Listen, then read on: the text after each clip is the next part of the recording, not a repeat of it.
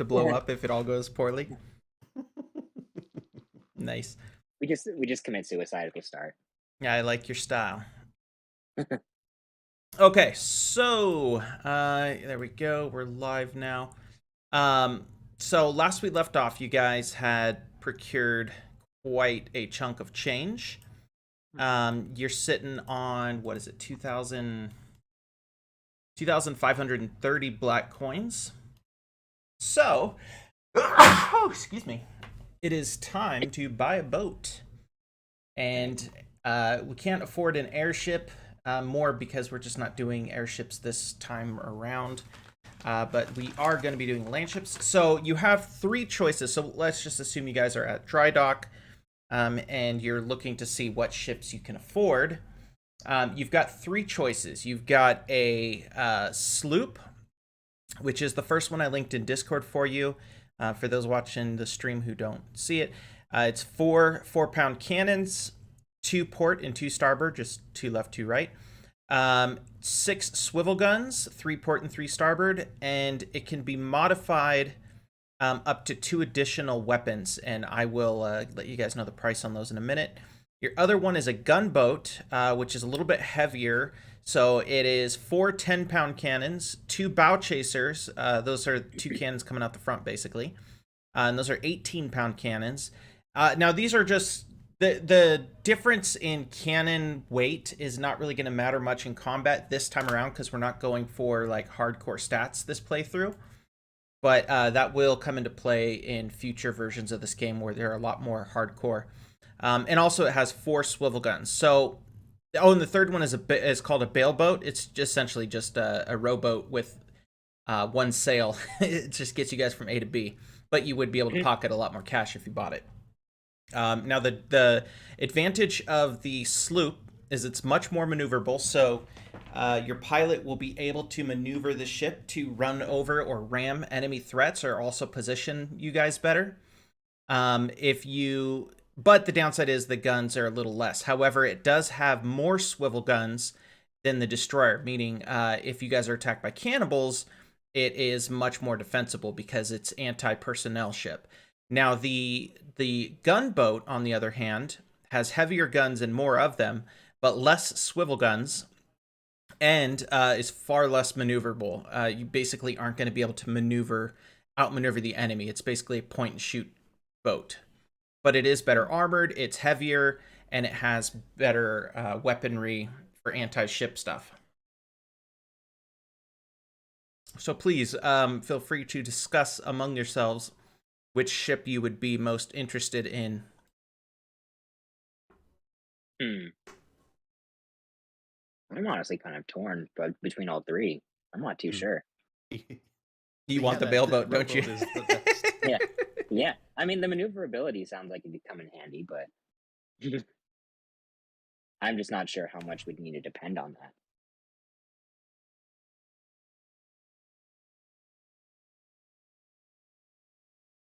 So maneuverability and anti-ship, or maneuverability and anti-infantry versus no maneuverability and anti-ship and better armor. So you're basically choosing between, I guess you could say, an infantry fighting vehicle and a tank. Or a rickshaw. That would be your third option. Well, I think it worked in our benefit the last time we played.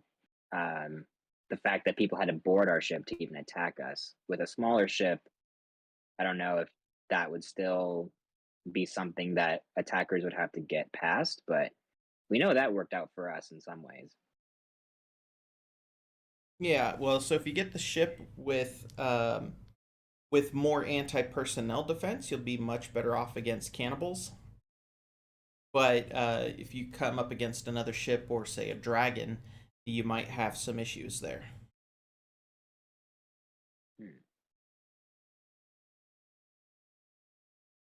And how much do they cost, or like So how much is the difference?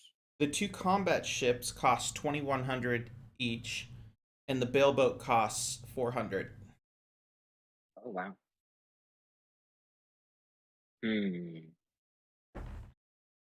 And then, and I forgot to tell you guys about weapon upgrades, right? So There are 2 weapon upgrade slots on the smaller ship, on the sloop, the one that comes with just 4 4-pound cannons, basically.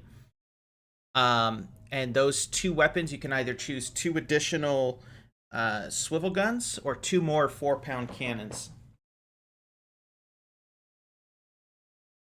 which would bring it up to 8 swivel guns and or 6 4-pound cannons. The other ship does not have upgrades. Wow. I think the big one is better. The biggest one or the second biggest one? Uh,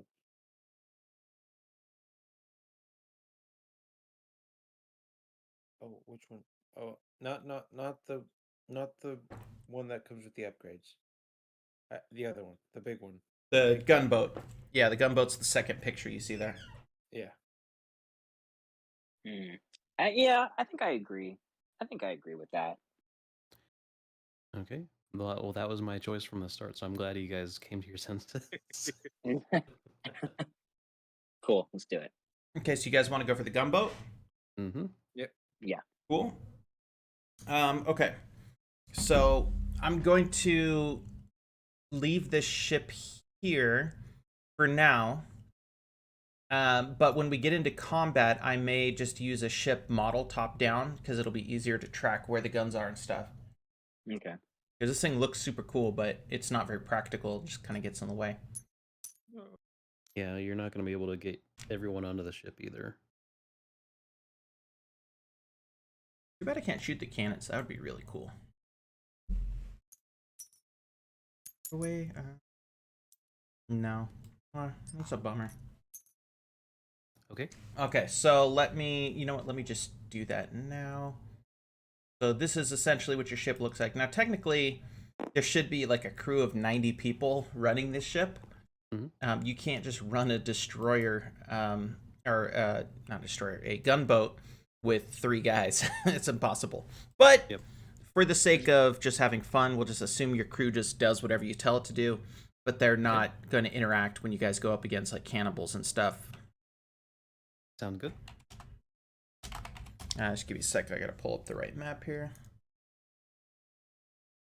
There it is.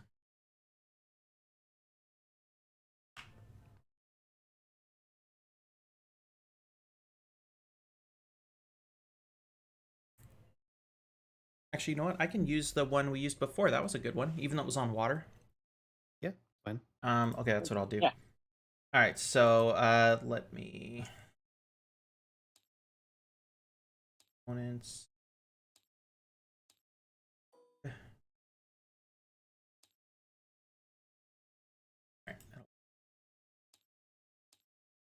Yeah, I should already have this art asset, so it should be quick. Mm-hmm. Yep.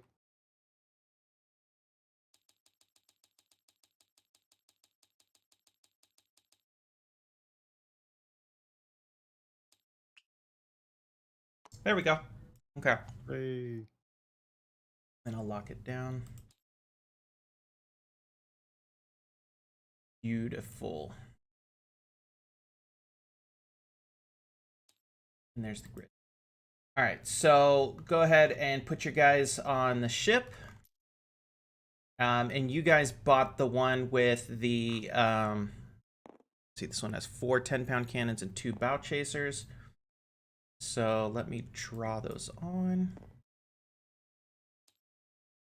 No, you have to be staring at this.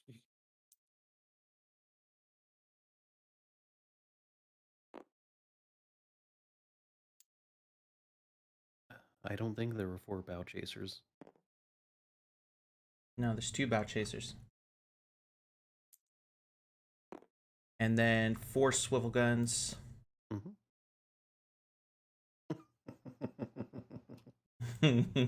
Don't even. Oh, I got rid of them all. Didn't mean to do that.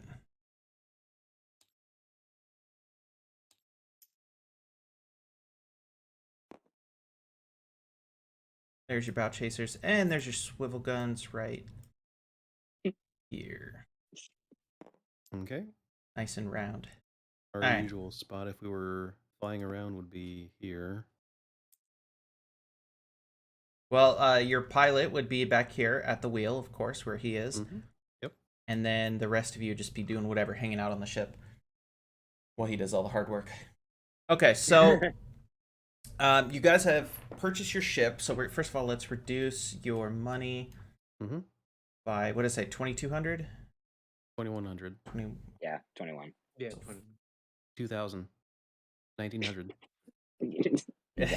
So 430 black coins. Now, you guys are still in town. If you would like to try and buy anything else, you can do that. You've got money. Potions, yes, definitely. Or Depending on the price, I'd like to buy another weapon. we have money. We can. You guys have enough money to buy anything, really, and like a lot of it. Okay. So Okay, cool. really, what you're doing is you're gearing up for your final conflict here. Oh, okay. Dale wanders off into an alley for about 15 minutes and then comes back. Okay. I gotta stop eating Yeah. these sunflower seeds. They're very addicting. All right, so here's your weapons. I'll just read off the like epic versions of them. So you've got the metal tipped. Wait, where did all of our weapons go? Did I freaking delete them? I had all the cards. Hold on.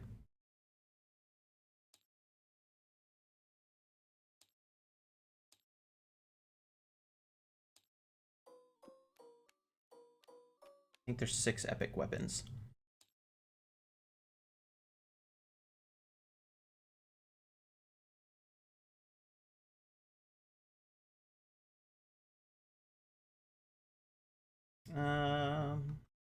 Going through the list. Is there an auto reloading wrist bow? No such thing. Could I upgrade my armor?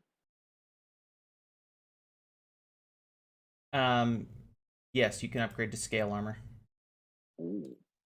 Can I upgrade my armor with some padded leather? No. Dang it. All right, that's that one. There's a heavy hammer. There is the hook staff.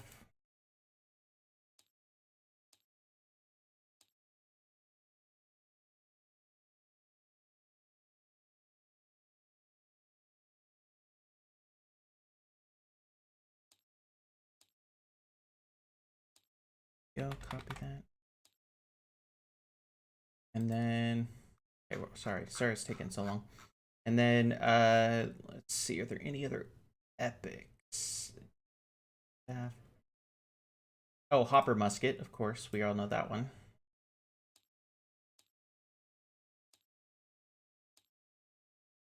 And then there's one more. Is the wrist bow. That is the last of the epic weapons.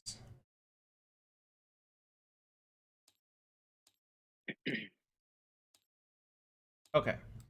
So those are your epic weapons that you have access to. Would anyone like to gear up with additional weapons to what they have? Yes. Can I do a second wrist bow? Sure. Oh, that's cool. Yeah, you can double wrist bow.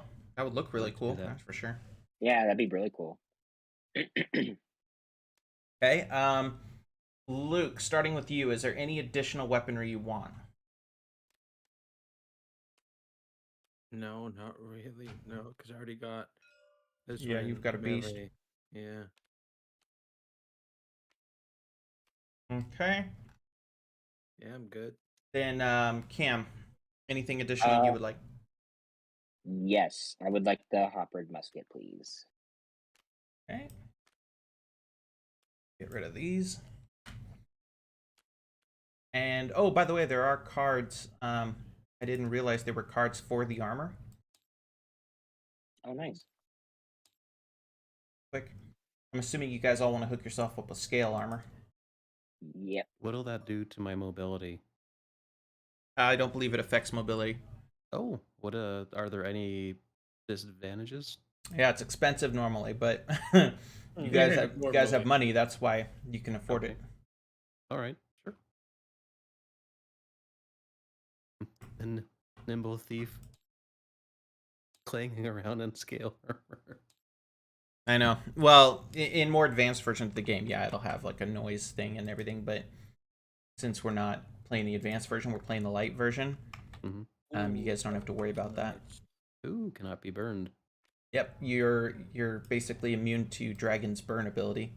They can still Nice. hurt you with fire. It doesn't carry over to the next turn. Right. Okay, cool. So you guys are kitted out. I don't even know how much that would have costed. Probably about 40 or 50 black coins, but it's okay because you're on your way to your final adventure. Mm-hmm. And Whoop, whoop, whoop. get you guys some potions. Let's give you guys. I'll just give you some stuff. Let's go. Did I have +3 armor before, Yeah. or is that? You already had it on you, I think. You did. Okay. I don't think you had the scale one though. The one that prevents burning. Yeah, I'd like to upgrade to the whichever is the next one. Up. Well, this is probably the highest tier, so. Oh, had rations listed. Whoops. All right, and you guys take off with 10 rations. Nice. You guys are totally kitted out for a final conflict. Hooray. All right, so before you leave the town, well, you're not going to leave the town. You need a reason to leave. You guys head back over to the bounty office to see if there are any new bounties.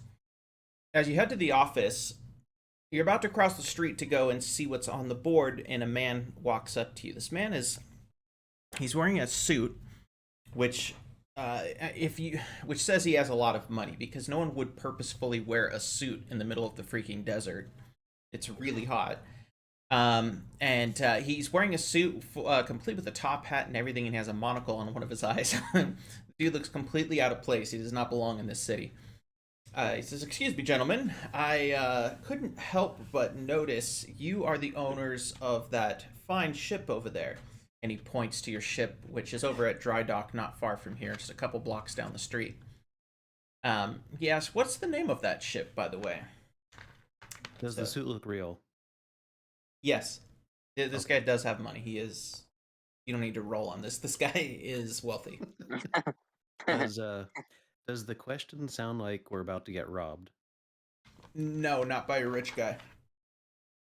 Rich people don't rob you by taking money out of your pockets. They're much more Rob in subtle. Other ways. Oh, you never know. They're much better at it. They rob you by hiring you and paying you bad wages. But okay. So what do you guys want to name your ship? Oh. You could go the Family Guy route. The SS, more powerful than Superman, Batman, and Spider-Man combined.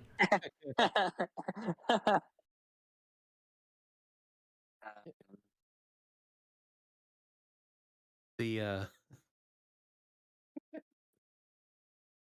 accidentally phallus looking ship. The SS Phallus. Yeah.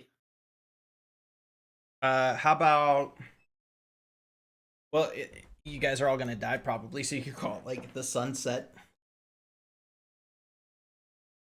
Oh my god. The Moonlight. I don't know what I want to call it. No. Then I will assign it a name. Yeah, I've never been good with names.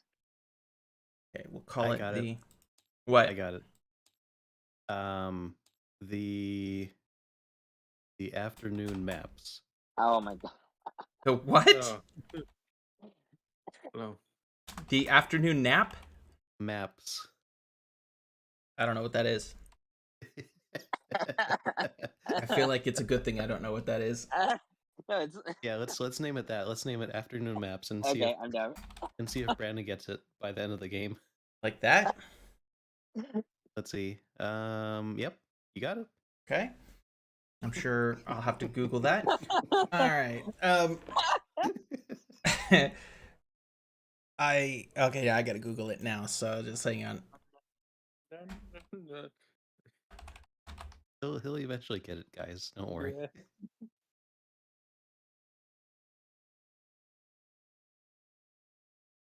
Afternoon Maps is a website for making D&D maps. Okay. Where Yeah. else where else might you have seen that name? Oh, that's stupid. That's so dumb. Okay, fine. The Afternoon Maps. Yep. Yep. Okay, so he comes up to you and he says, "Oh, the Afternoon Maps. That's a terrible name, but it's your ship." And he says, "I'm in need of someone with a ship because I think I might have a job for you that, well, not only does it pay incredibly well, but even if you don't survive this, you're probably going to go down in history as the greatest explorers of all time." Before anybody has a chance to say anything, I said, "We'll do it." He's like, "Okay, well, here's the job then. What I need is," he says, far east of this location, because you guys again are in Dry Gulch. Far east of this location is a specific dig site. This is an archaeological dig where we believe we may have found a underground, a fortified underground bunker that contains thousands of unused clockwork men. They don't have any ether cubes, but their chassis are believed to be in perfect condition. If someone can get to that dig site by ship, and break the blockade that is currently around that dig site, they would be able to free thousands of clockwork men into possessions of certain people who might be me. And that would make me a lot of money. You see, the problem is clockwork men are strictly forbidden in all but the northern empires. And at the moment, there is a blockade of Alliance and Holy Land ships keeping anyone from entering the dig site. He says, but however, the blockade is consistent mostly of small sloops and cutters, very small ships. He says that destroyer that you have, or destroyer, that gunboat that you have there is more than a match for a dozen of those smaller ships. And if you could break that blockade and bring me back even a handful of clockwork men, I'd be willing to pay you thousands. And he says, even if you don't survive, your death could be the start of a revolution in this land, and show people that that just because the empires have strong militaries and strong navies doesn't mean that they can't fight back. If one ship can take on an entire Holy Land navy, maybe the people can stand up for themselves. Is it okay if we keep one of the clockwork men if we succeed? They'll never know. That's no. I'm asking the guy. Are you asking him? Yeah. He says, yes, you may keep. In fact, I'll do you one even better. I'll let you keep 10 for every 100 that you recover. Oh, That sounds good. So 10%. So if you recover 10, you keep 1. okay. Go. And if we get one, we keep like his leg. Well, clockwork men have mobility balls. Think of it like Dwemer. Think of it like Dwemer from Skyrim, how they roll around on those balls, you know? Okay. Kind of like that. I've actually never played Skyrim. Oh, what? Yeah, no, I barely got my first like current gen console like last year at a garage sale out of luck. Yeah, I've had a PlayStation 2 since like last year. PlayStation 2. Man, you are rolling with the high rollers.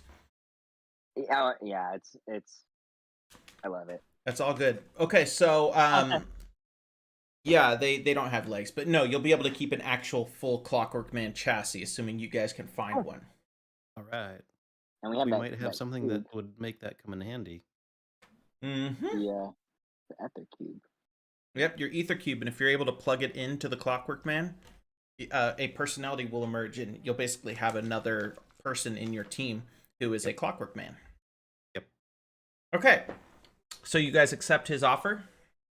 Oh yeah, we already did. But before he said what it was, Well, he didn't even tell you what he was going to pay you, but we accept. Well, part of it is we get a Clockwork Man yeah. or many.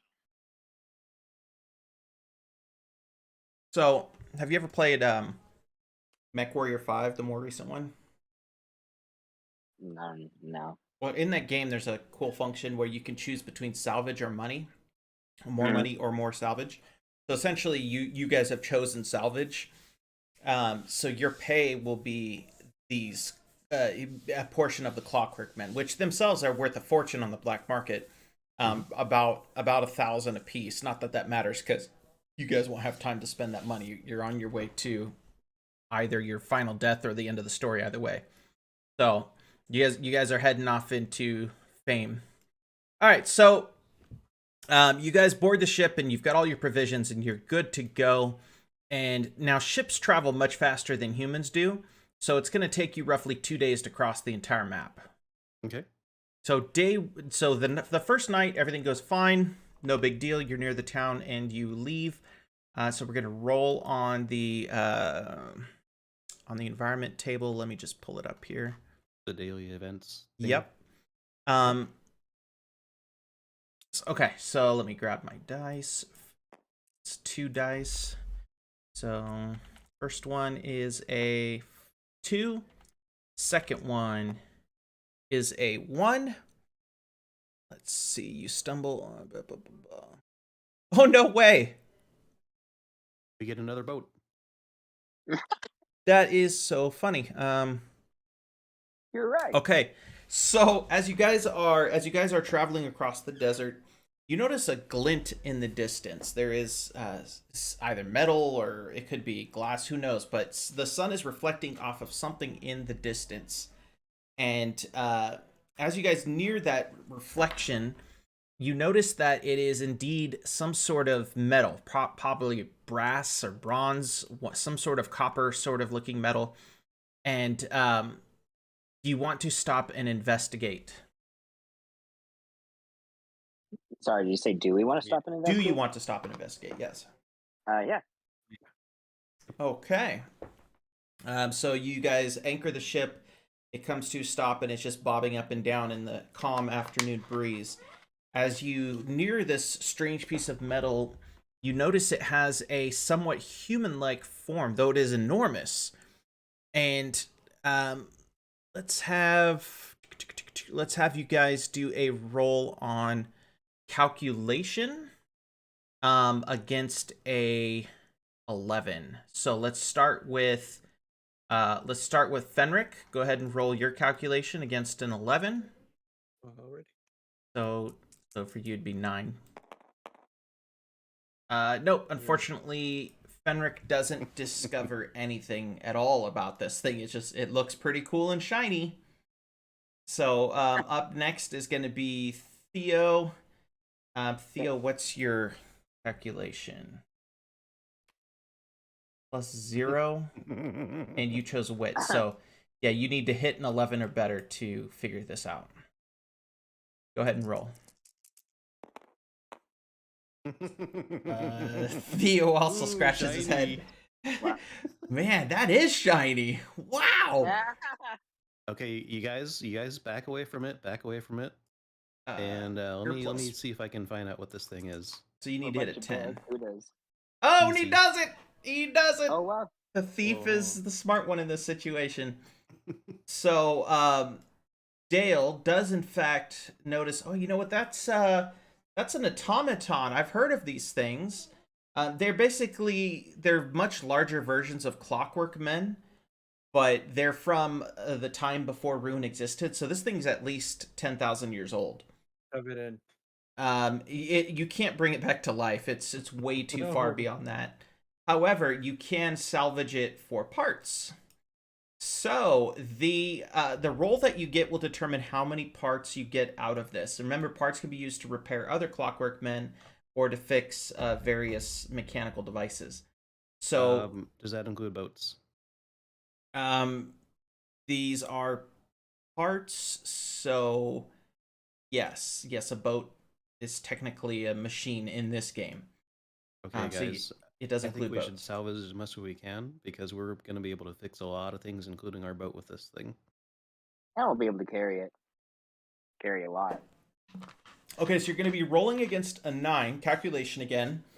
11 gets you 1, or 9 gets you 1 part. 11 gets you 2, and 13 plus gets you 3. Cool. Okay. So starting with Dale, go ahead and roll your calculation. All right. Yours is +1. So 1 part. Okay. Up next is Theo.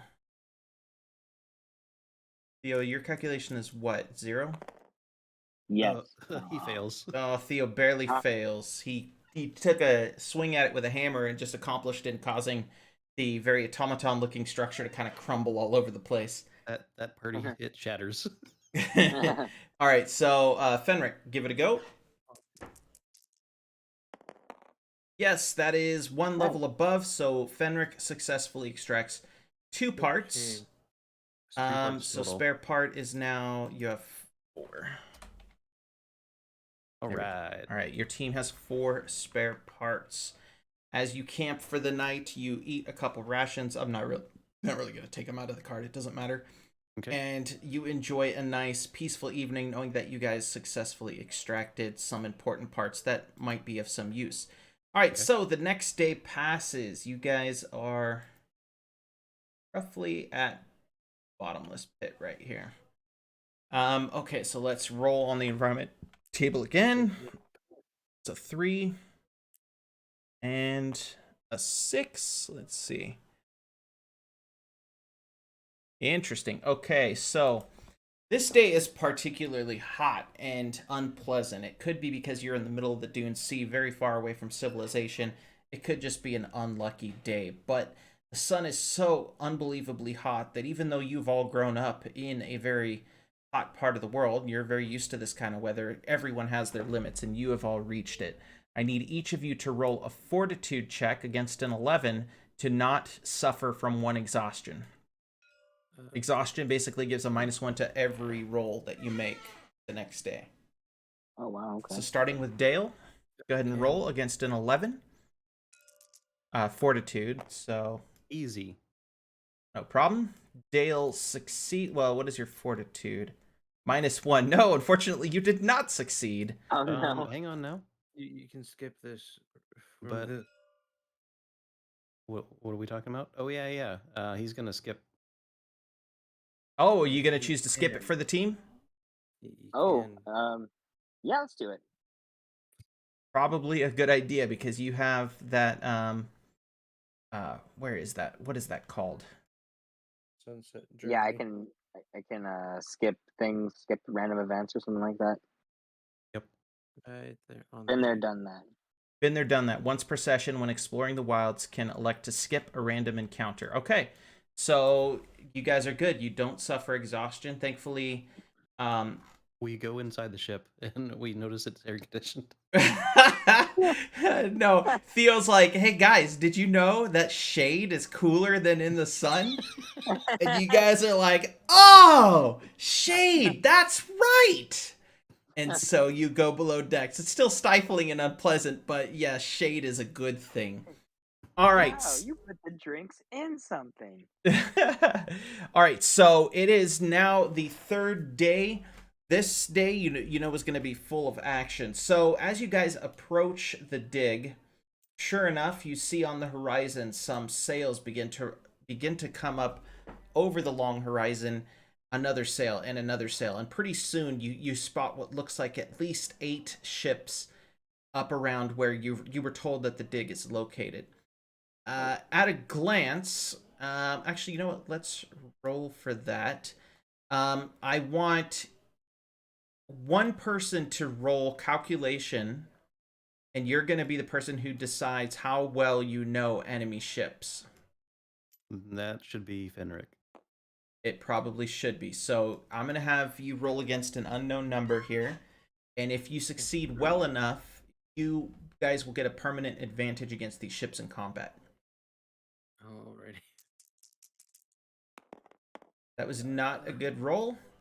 It's 9, 11. Yeah, it's just Yeah, 9. 11. 10, 11. No, Oh, yeah, plus- because you got the +2. It was a good enough roll. So Fenric recognizes that all 8 of these ships are a sloop class ship. Sloops are very small ships. They're usually actually packed into the storage bay of airships, so that when the airships land, the sloops get hauled out of storage, and then they're used for very short range trips, like hunting trips into the desert and stuff. Each of them comes equipped with 1 4-pound cannon per side and no swivel guns. Actually, I'm going to give him 2 swivel guns, so 1 on each side. So 1 cannon and 1 swivel gun per side. And that's what you guys are going to be up against. Now, because you guys have heavier cannons than normal, all of your rolls on your sides are going to be +2 to whatever you roll to the result. All right. And if you get them with your bow chasers, it's +6. All right. So that's an insane roll. Are we approaching them, or are they? You need to decide which. So you can see them. They can probably see you because the sun rises in the east. So the sun is at your face. They can see you before you see them. What do you guys want to do? You can also try to sneak in if you don't want to do ship combat.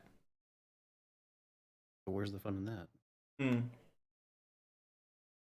Yeah, we could always abandon the ship if need be. Okay, so you guys do want to engage the ships. Okay. So you guys have decided to engage the ships. This is how we're going to do it. Let me... Checks. I can't put those ships down because they'll just fall over. Yep. So instead, we'll put something else down. Give me a second.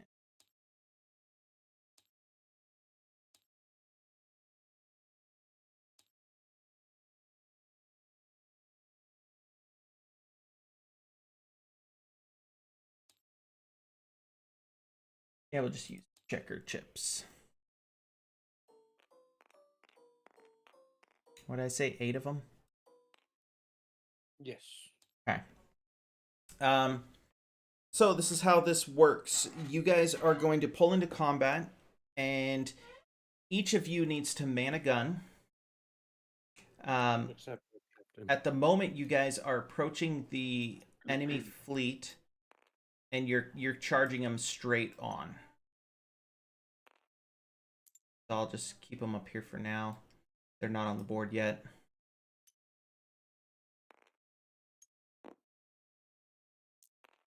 Okay. So as you guys wait, which guns do you want to man? Oh, and Cam, you probably want to be Oh yeah, that's right. I'm steering the ship.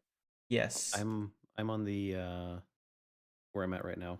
Yeah, and Cam, you don't have to steer the ship the whole time since you guys are on the slow ship. You can't really do any maneuverability, but by you being behind the wheel, you give them a +1 to all their rolls because it's shipboard action. Oh, so okay. Just by you existing there, you're helping everyone's rolls. I'll probably stay there for a little bit then, because I think the first hit we get will have an impact. Yep. Okay, so this is how this is going to work. Your additional bonuses that the cannons provide do not give you bonuses to your 2-hit roll. They're just going to add damage to whatever you roll. So okay. Just like a weapon would, weapon does +3 damage, but you still have to hit it in the first place. Mm-hmm. All cannons just have a generic +0 to hit, but because Cam is behind the wheel, you get +1 to that roll. Cool. And all of your rolls are just combat rolls. They're not wit or calculation or anything like that. Okay, so you guys approach the enemy fleet, and their sails unfurl and they turn toward you. The fleet is now moving to surround you.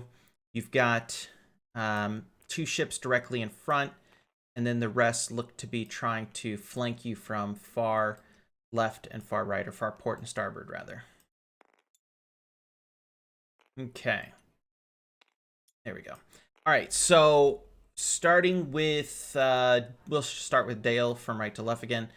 Dale, at this range with those bow chasers, you're going to have a +1 to your difficulty. However, it is offset by Cam's +1.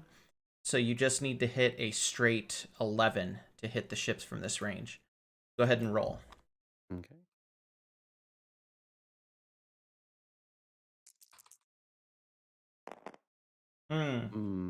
Unfortunate. So Dale fires the first 18-pound shot, and man, it is loud, and it ripples the sand around the edge of your cannon as it flies out. But unfortunately, it skims off a nearby dune and off into the distance. Okay, up next My is bad, you guys. Fenric. He looks back and gives us a thumbs up. Do the same thing. The guns Fire. That is a 10. Oh, you are so close. Fenric fires a second shot out of the 18-pound bow chasers, and it also misses. It runs along the side of one of the enemy ships. You can hear the wood bounce the shot off, but unfortunately it does not breach the hull. Okay, so it is now their turn. We'll just have them move up to... What about the pilot's turn? Pilot can't really do any maneuvering in this ship. The best he can do is just stay behind the wheel. Or if he doesn't want to do that, he can run up and grab a cannon. I think I'll do that once we start getting flanked. Okay. Okay.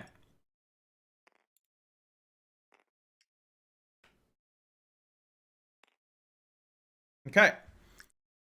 The only ones that can really fire on you are these two here. But they really can't because they're charging your ship. So the best they can do is just get closer. They don't have bow chasers like you guys do. Okay. All right, so it is now your turn. Do you want to reload these cannons, or do you guys want to move on to different cannons? All cannons are loaded at the start, so these are loaded. Do I think with the swivel gun that I can take out one of the... Not yet. They're too far. Okay. Then, yeah, I will reload. Actually, at the rate that these guys are coming up toward us, does it seem like I can reload and then fire again before they get out of, like, the Yes. angle of these? Okay, yeah, I'll reload then. Same thing. Reload. Okay, so you and Fenric spend a turn reloading. And it is now their turn again. I'm just back here looking pretty still. They're in range of those side cannons now. Okay. And then this guy is starting to peel off to your port side. Okay. Oh, I missed some. Let's have this guy. He's a little slow. Okay. All right. So your guys' turn, starting with Dale. Who do you want to shoot at? From point blank here, now that I know that the cannon works, can I get a bonus for point blank? Would that yes. be a +2 then? You can get a +2. Okay. You need to hit 9 basically. Okay. Go for it.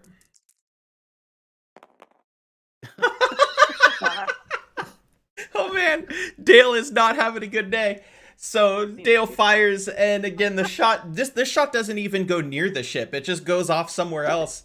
Into the air. And you can hear laughter in the distance from the sailors aboard that ship. They're mocking you. All right, so Fenric, see if you can redeem that. Can I get a second action? No. Okay, Fenric barely succeeds. So Fenric fires the second bow chaser 18-pound cannon, and it hits on the bow of the enemy ship. Now, it would normally be deflected, but this is a freaking 18-pound round. Those are very big cannonballs. And it just absolutely clobbers into the ship. So it does 6 damage. Yeah, that takes it out. So your round goes lengthwise through the ship, out the back. And in fact, you could have swore you saw their captain go flying out of the captain's cabin out the back with the cannonball. So Does it also hit this guy when it goes out the back? No. Oh. All right, so it is now their turn. This guy is going to move into board soon. By the way, boarding action. So if they do board you, 3 enemy sailors will appear on the map. Okay. Oh, okay. You guys there? You got this, Captain. This guy is now attempting to board. This guy is just right point blank. Actually, no, we're gonna turn him a bit. He's gonna go around your flank.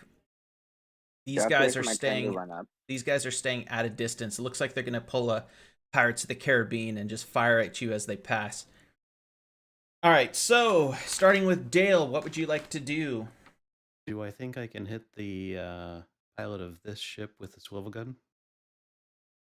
So, if you're firing on an enemy ship with a swivel gun, you delay them for a turn. You're basically killing Oh. men. If you fire an enemy ship with a cannon, you're trying to destroy the ship. But swivel Okay, guns well can't then- destroy ships. Then I'm going to do a backflip over here and fire this guy. Ninja roll. So you're using the Captain Kirk strategy, which is roll and flip around in the hopes it makes you a better fighter. Yep. Okay. So you need to hit a 10. Okay. You're not point blank, so just hit a 10. And that Easy. does include the +1 from him.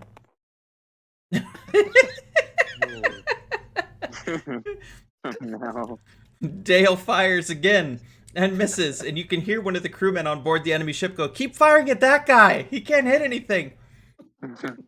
Alright, Fenric, your turn. All right. Moving back, do the same tactic as them. Firing up one of these just so they don't get close on my side. Oh, it's a hit, barely. Successful hit, and what, those are 10-pound cannons, which is, that's 4. Alright, so this ship is disabled, but not out of the fight necessarily. He is pushed back a couple spaces, and he can't move next turn. Alright, Pilot, what would you like to do? Definitely want to move up to a cannon. Okay. You can reach this cannon this turn and Okay. hit this. Yeah, That's about it. Okay, I'll go there. Okay, your ship no longer has a bonus. You need to hit an 11. Okay. Go for it. Oh man, that was even bigger fail than Dale. So you fire. You fire the cannon before you realize that the cannon was actually facing straight up in the air. It hadn't been put into the port yet, so that cannonball just landed somewhere in the desert. You're lucky it didn't land on you. We flash each other the thumbs up. You guys are definitely battle buddies. Okay, so this ship here is going to fire at you. He needs to hit an 11. And he does. Your ship takes 2 damage. Your total ship health is 12, by the way. This guy here is also going to fire at you. It succeeds. You take 2 more. So you're at 8. This guy is also going to fire at you. He succeeds. Man, I'm doing really good on rolls right now. I think this is rigged. So you're at 6 damage. This guy is going to fire at you. And it hits. You're at 4 damage. This guy is boarding, so next turn, if you don't get him with the swivel gun, he will get men on board your ship. And this guy is unable to fire, so he's not doing anything. So you're at 4 health right now. Okay, so because you guys are so royally screwed, I'm going to assume you guys were able to reload without taking a turn to do so. So you all get to fire your cannons again. What's the best tactic for this guy, though? You said I need to fire with the swivel gun. If you fire him with the swivel gun, he is delayed another turn. The next turn, he won't be able to do anything. Okay, but on the next turn, if I don't shoot him with a swivel gun, 3 then guys will board people your ship. board. Okay. That's a whole gun. I think so too. Yeah. I'm gonna do another backflip over here. Okay. I can go off the backflips. I just can't shoot anything. Yeah, you look really good at your failures. Okay, so go ahead and try to hit a 11. Okay. Hey! Easy. He fires the Nice. swivel gun and just pastes the top of their deck red, pushes them back while they recover for a moment. Next turn, they cannot move. All right, Fenric, Okay. you've got to hit an 11. Going for that guy, the further one out. Yeah, that guy can't move anymore, right? Yeah, so he's almost No, Next that turn guy he can will. still move. Yeah, he did move last turn because he was disabled by you. He is damaged though, so yeah, he's yep. damaged. All right, that's a hit.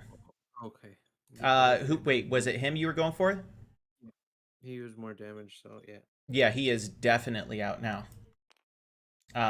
Your gun, your cannon fires and hits them right in their powder supply, and the ship just goes up in flames. All right. All right, so now we've got Theo. Okay.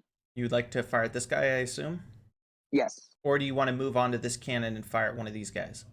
You know what? I like that. Okay. Okay, so which Yeah. one, closer or further? Closer. Okay, go ahead and try to hit an 11. Oh, unfortunately, he is carrying on Dale's tradition of missing and misses wide again. Another cannonball goes flying out into the middle of nowhere. Okay, so it is now their turn. This guy is moving up to board. This guy is also going to try to board. And this guy is moving, but he is going to fire. He needs to hit an 11. Oh, it succeeds. Oh, you're down to 2 health. This guy is also going to board. This guy is disabled for the turn because you hit him with the swivel gun. Mm-hmm. This guy is going to take a shot at the bow of your ship. If this succeeds, your ship will be grounded. It did succeed. Your ship is already grounded.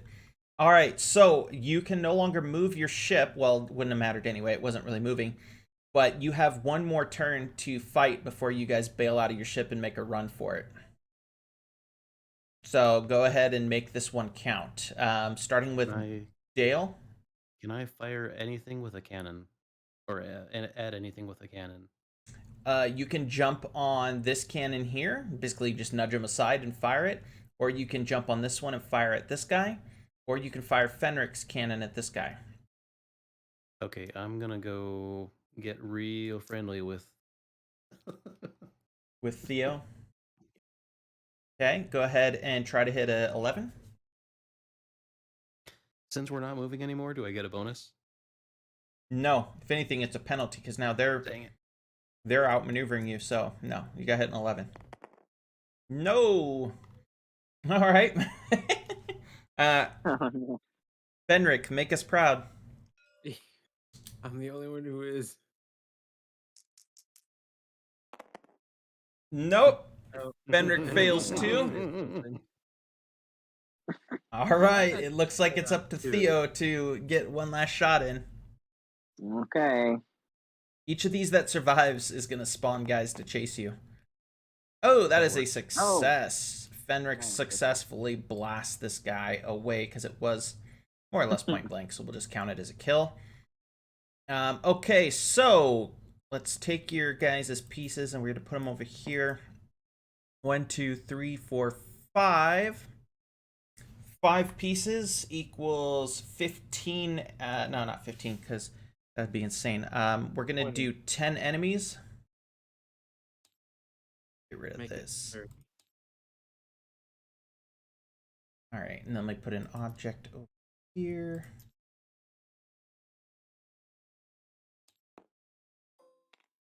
Just for representation. So this is going to be your beached boat. And this is you guys. Right there.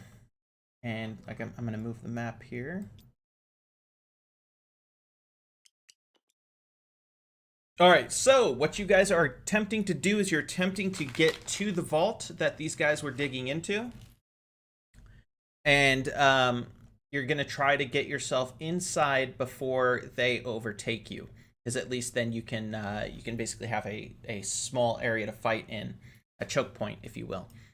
Now the vault I will represent with an object here. Components.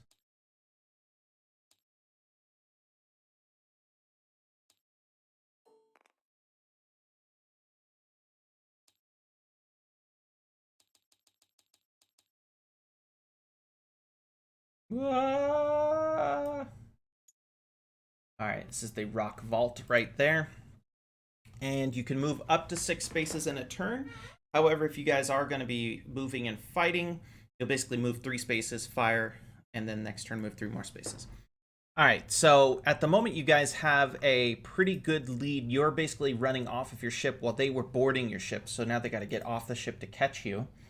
Let me put some of them down.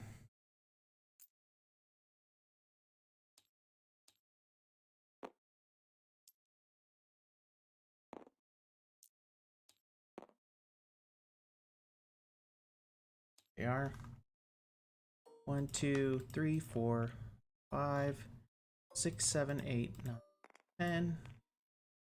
They are now chasing you on foot. Wow, this guy's already dead. He didn't do well.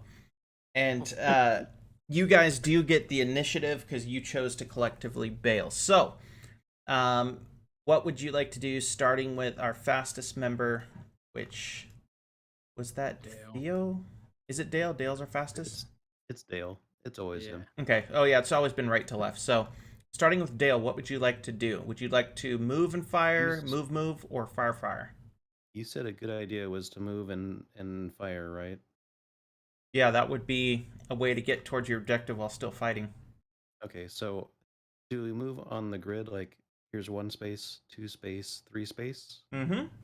Okay, and it's 3 spaces is half my turn, right? Yes. Okay, so I'll do that. I'll move 3 spaces, and then I'm going to fire on. This is the only Any- guy you could really reach, so. Yeah, so Yeah. he's undead. Okay. Go ahead and fire. Your to hit is 9.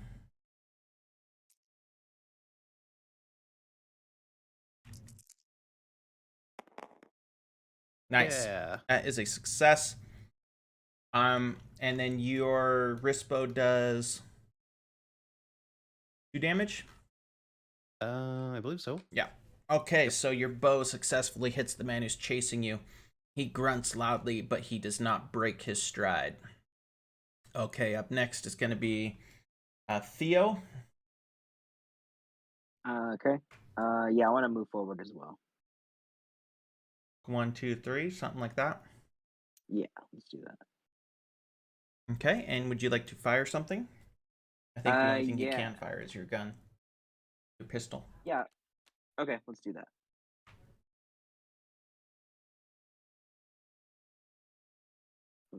Okay, go for a 9, I believe it was.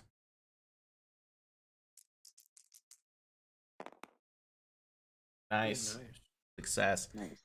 All right, and that successfully hits. Your guy is just in mid-sprint. He turns back and fires without even stopping or slowing down. And the bullet hits true. Hits this guy right in the abdomen.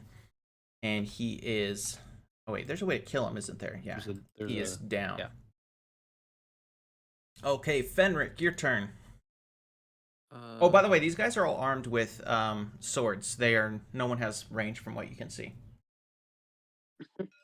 That's 6 Hopefully spaces. they. Full sprint. No. Okay, Fenric takes both move turns and runs. Okay, so these guys are next. 1, 2, 3, 4, 5, 6. Yeah, 3, 4, that's 5, what 6.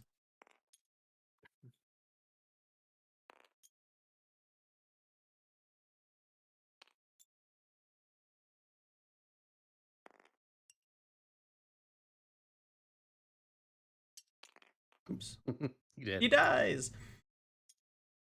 And last guy.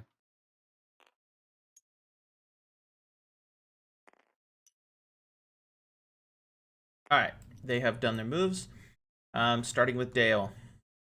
Okay. I'm gonna do 3 spaces, and then my other wrist bow is gonna go.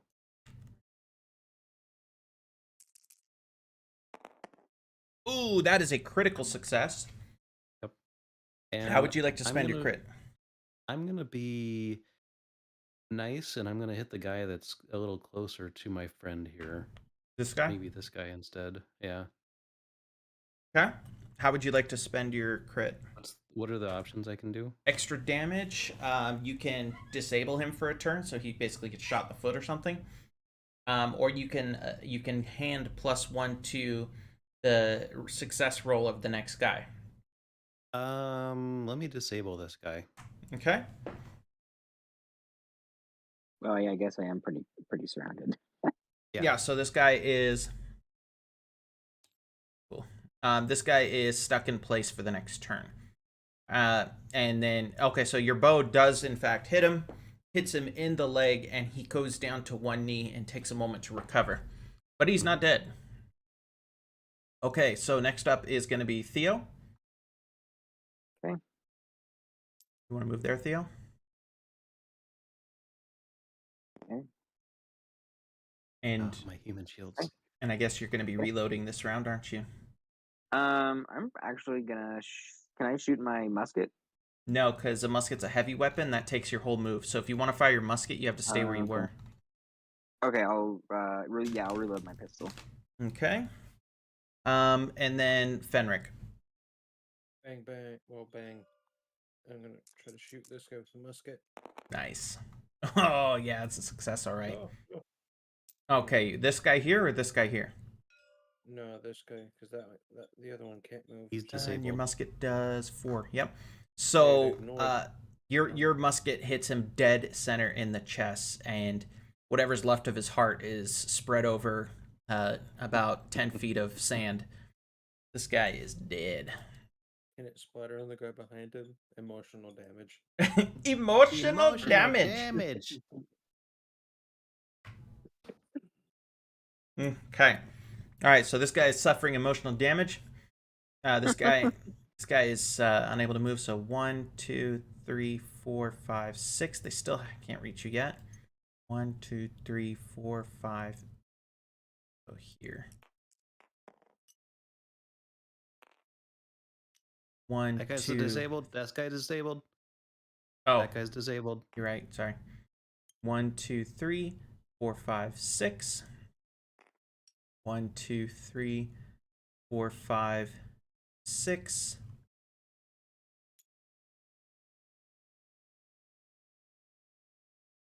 Get crowded, boys.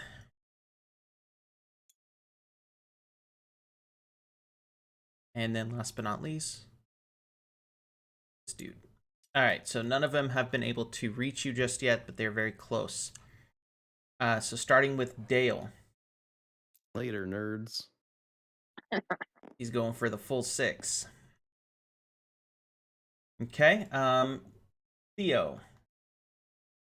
I'm gonna go for You could fire the musket if you want to risk getting surrounded. yeah. Something I- tells me I should. I'm gonna do it. Nice. It's yeah. Let's do it. Okay. Hero style. Yep, that is a successful hit. That is, in fact, a crit. So, wait, who are you firing on? This guy. Okay, so this guy is dead already. How would you like to spend your crit? I might I recommend you spend your crit by assisting someone else because you've already killed the guy. Okay. How can I assist someone else? Basically, we just narrate it, but essentially you give +1 to the roll of Fenric if he rolls combat. Okay, cool. Let's do that. So you fire at the guy, you hit him, and you let out this deep shout as you fire at this guy, just full of rage, and it causes everyone around him to hesitate for a moment. And hopefully Fenric can capitalize on that hesitation. All right, And we Fenric, you're will. up next. Bang. Wait, so you're attacking from where you're standing? Yeah.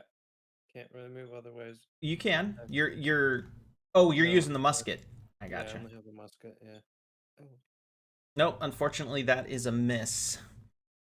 So, oh no, you get a +1. It's still a miss. Still a miss, yeah. Ooh, bummer. All right, so you fire your musket. In all the excitement, it seems like you didn't take the time to properly aim, and the shot goes wide. All right, so next is them. 1, 2, 3, 4, 5. Can't attack you because he had to use both move points to move. Mm-hmm. 1, 2. And this guy is going to attack Fenric. He needs to hit a 9. And it succeeds. Fenric, go ahead and take 2 health damage. I have 3 armor. Oh, then you took nothing. All right. All right. This guy is also going after Fenric. So you're down to 1 armor this turn. Remember, armor resets each turn, basically. Oh, no. He needs to hit a 9. Miss. It is a miss. Does This he get guy. a bonus for being point blank? No.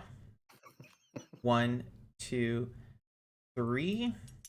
He is going to attack you, Mr. Theo. He needs to hit a 9.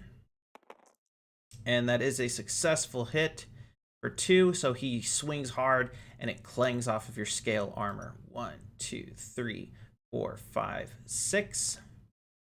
1, 2, 3, 4, 5. This guy, we're just going to get rid of this guy because he's dead. You can probably scale down to Yeah, relieve that a little bit. Pieces are a little big. That's okay though. 1, 2, 3, 4, 5, 6. You guys are surrounded. Okay. Now it is Dale's turn. Dale, what would you like to do? Later, nerds. All right. Dale's is very valorous. All right. Up next is Theo.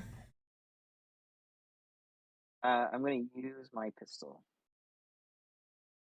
Okay. So you are firing point blank. I'm going to give you well, technically it's actually -1, but I just won't give you a bonus at all. So you'll just have normal roll.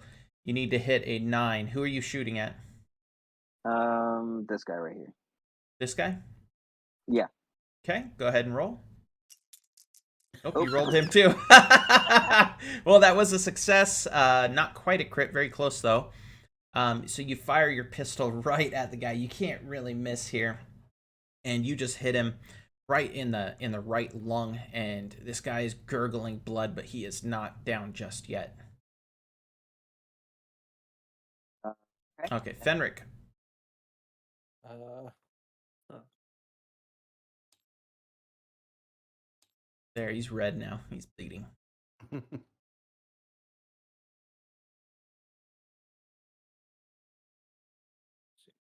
two, three, 4, 5, 6. I have to go downstairs really quick, but I'll be listening. All right, Fenric, go for it.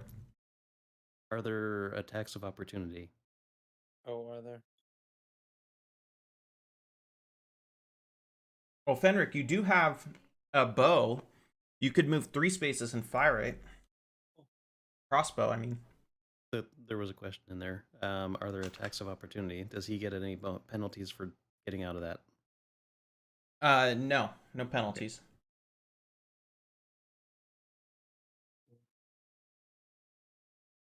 Get over here. And I'm assuming you want to hit the injured dude. Yeah. Got rid of Okay. people. Go roll against a 9.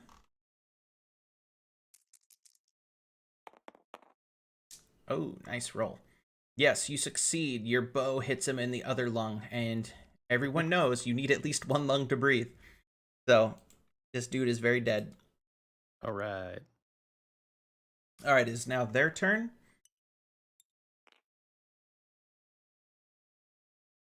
This guy really wants to catch Rob Dole. Yep, I'm distracting him. This guy is going to attack Theo against a 9. He fails. Oh, that is a critical fail. He dies He- immediately. So he swings, and not only does he miss, but his swing actually runs into his partner here and injures his partner by 1 damage. Or 2 damage, sorry, because his sword is 2. His partner is doubled over in pain and very unhappy. Partner is going to also attack Theo. He also misses. Yep. Oh, it's another critical miss! He attacks the other guy. For We got a attacking Three him. Stooges moment. So he swings at Theo, and he also misses and clangs right into his buddy's armor, and his buddy is also doubled over in pain right now. All right, so this guy is not going anywhere. He's just going to attack from where he is. Actually, you know what? 1, 2, 3, 5. He's going after Fenric next turn. This guy is going to attack Theo. Got to hit a 9. That is barely a success. He does succeed. So Theo Armor blocks it. he takes armor damage. Yep. Okay. Up next, this guy is also, he's going to move in and attack. Oh, wrong way. He's going to move in Has to be and melee. attack Theo as well. Oops.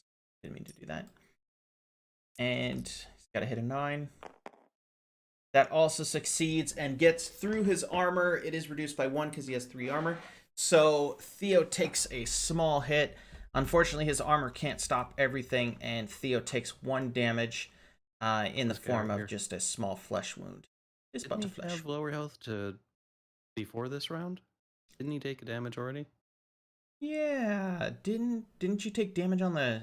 No, where would you have Yeah, taken he's- it though? He was down at least 1 point because he got 2 attacks on him that got through. I mean that on one of the turns that we were taking right And now. that would put him at 10. Yeah. Okay, I'm back. Okay, I don't remember getting attacked, but I'll trust you guys. okay. So Dale, you are first. Yep. Dale is He's already indeed down. heroically. Nerds. Sir Robin ran away.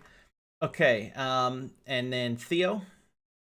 Can you roll for me really quick for me? Yeah, you want me to attack? Yes. Can I You are use currently my surrounded. Can I use my musket? At point blank, it would have a penalty. You might be better off using a scimitar. Okay, I'll do that. Okay, so Theo's gonna roll his scimitar, which does 2 damage if it hits. You've got to hit a 9, and you failed. Sorry, Okay. I suck. Okay, Fenric. Okay, I'm gonna firstly move a bit because Do you Well, have to wait, reload if you no. want to do Yeah. range this round? yeah, I have to reload. Oh, okay. Or you can try firing your musket. You got 5 shots, or 4 now. You can fire at one of the more distant targets here. Oh yeah. Yeah, that'll Yeah, work. But the guy next to me is gonna cause a problem for. You know what? Yeah. Sure, you don't want to help your buddy who's surrounded. Yeah. Yeah. Yeah, Oh, this shoot, shoot. this buddy right over here. Oh yeah. I'm gonna shoot this guy here, the one who's healthy. Okay. I think you were up here though, But weren't you? No, he was no, I was right Oh, okay, I there. thought I saw you move. Okay, go ahead and take a shot for 9. Please. Ooh, nice All roll. right. All right, that is almost a crit. That's a successful hit on this guy. Your shot just goes right through his body and out the back, and he stops and stares for a moment and just falls face first to the ground. All right. Nice. Okay, that is your guys' turn. So this guy is going to attack Fenric. Nope. For 9, and and he hits Ooh. him. Your armor soaks it though, Fenric. This guy is coming after you as well. And he takes a swing at you. And that is also successful. It gets through your armor. Take 1 damage, please. So he gets through your armor and cuts open your flesh. You're beginning to bleed. This guy here is going to go after Theo. It is a success, and Theo's armor stops the swing. 1 more guy. This guy's hitting you as well, Theo. And that is it's not quite is a crit. Yes. 13. So this guy crits you. So he's going to do 2 damage to you, but he's also going to lock you into place. So he takes a swing at your hamstring, and you just stop in place for a moment, shouting in pain. So take 2 damage, please, to your card. And then, I can do it. Are you back? Yeah, I'm back. Okay, so you're at 8. and you are locked into place next turn. Okay, so starting with... Oh, this guy Wait a didn't do minute. anything. And before this guy moved, I gave him a raspberry. Okay, you do that. All right, he is back on you, all up in your grill. All right, so Dale, your turn. All right. So now that I'm away from the danger, pretty much, I'm gonna reload both of my wrist bows, and that's my turn. Okay. Theo. Okay. Yeah, you can't really move. I think now. I'm gonna reload my pistol. Okay. Fenric. Well, reloading your pistol is one light action. You can still move if Yeah. you want. You can just only move 3, or you can attack with your scimitar. If he does a I'll reload attack. on the light weapon, though, can he shoot the weapon? You can also do that, yes. Yeah, I was gonna shoot this guy. That works. Go ahead and roll. Okay. Ooh, Oh, that is a nice. resounding critical success. That's a almost perfect roll. Your pistol just takes this guy's head off his shoulders. He is totally gone. And you have a crit as well. Would you like to lend your crit to somebody? Yeah. To Theo? Hey, Theo, who No. would you like to attack? I mean, not Theo, Fenric. My bad. Yeah. Gonna get the guy in. This is point blank here, so However, he did assist you, so the point blank penalty goes away. It would just be a normal roll against a 9. okay. Yeah, I'm gonna fire at this guy then. The injured one or the good one? No, the good one. Okay, go for it. The musket. Yeah. Oh, it's a hit! Just barely got it. So your guy just shoves the musket into the guy's chest and he says, "It's just been revoked." With no reference, and fires. The guy looks at you like, "Is that a reference to something?" And then he dies.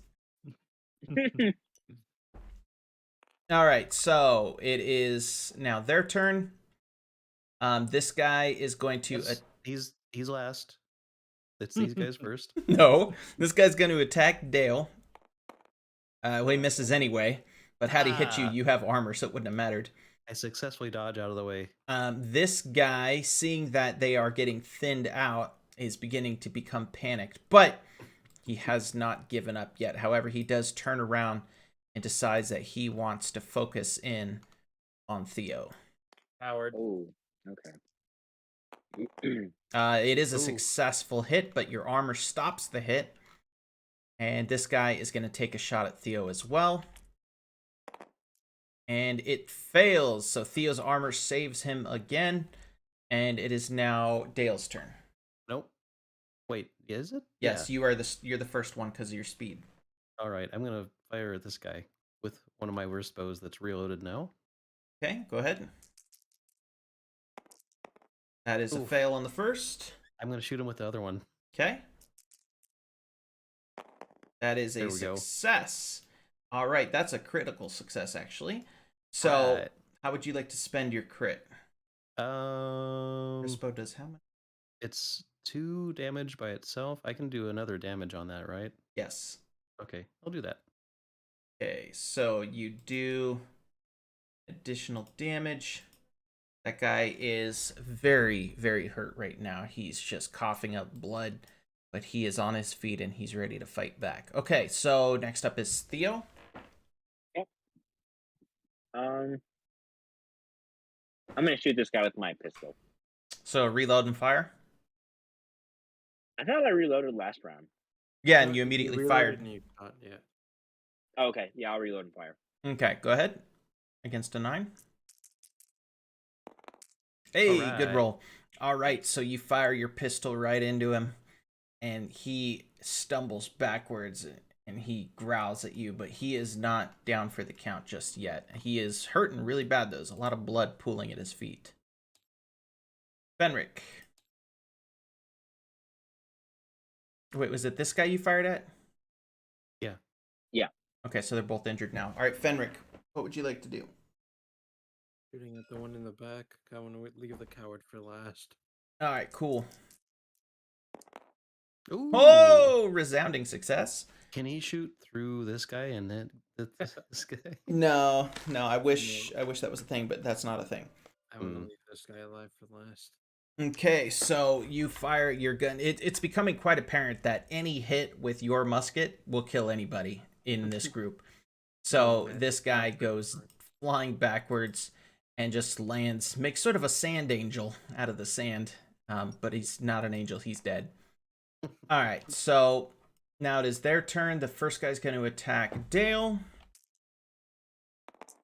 He succeeds, and in fact, he crits.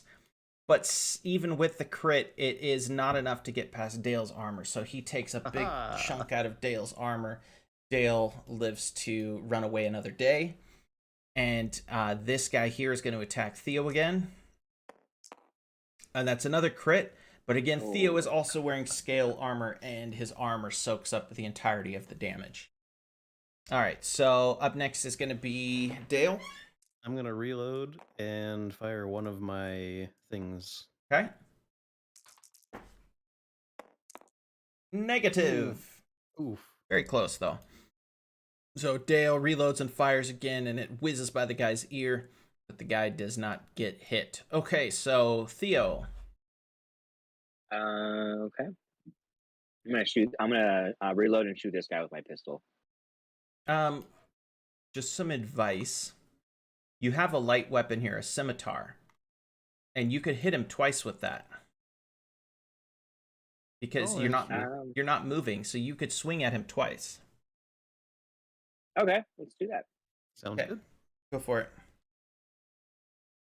I have to clarify that rule with Tim. I think if you have a light weapon, you can use it twice as long as it doesn't take ammo. Ooh, that's well, he's dead. That's a crit. But go ahead and roll again. Let's see if you hit him again, just to add insult to injury.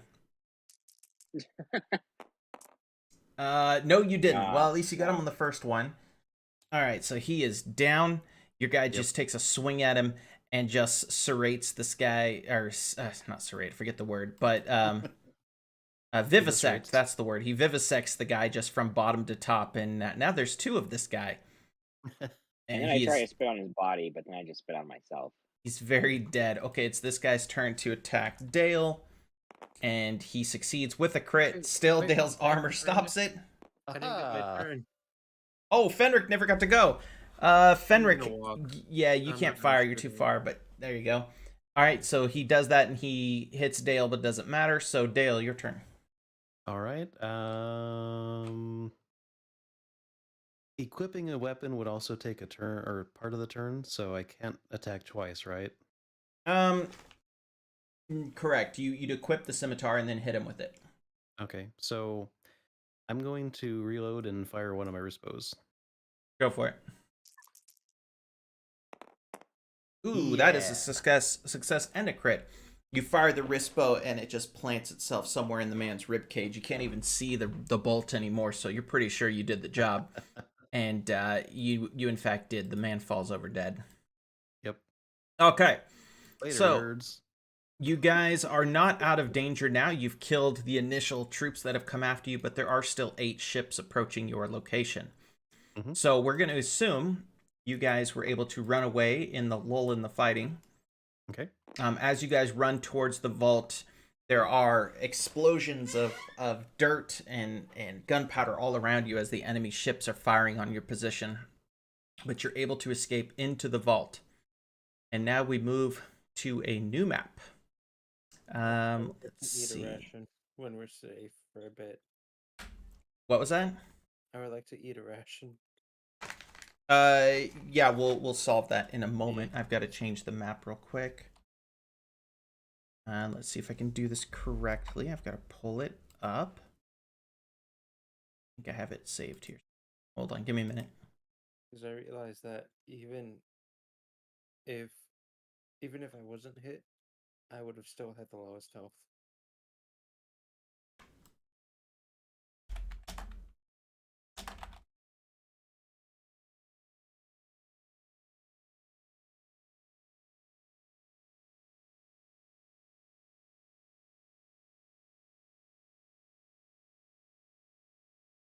There it is. It's got lines on it. That makes me sad.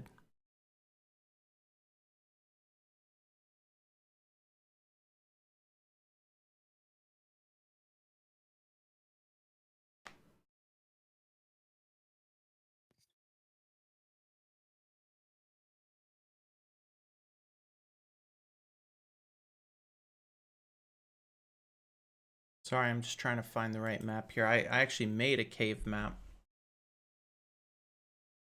I just gotta remember the website I made it on. Dungeon Fog, that's what it was. We could just pretend that we're on the goat path in the movie 300.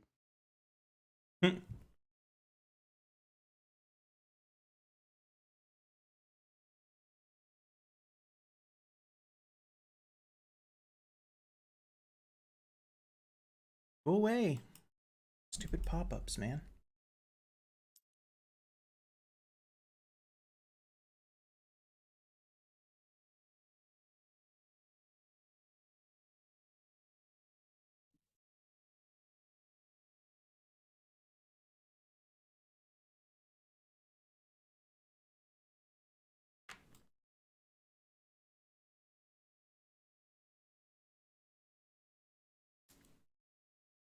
Okay. My maps.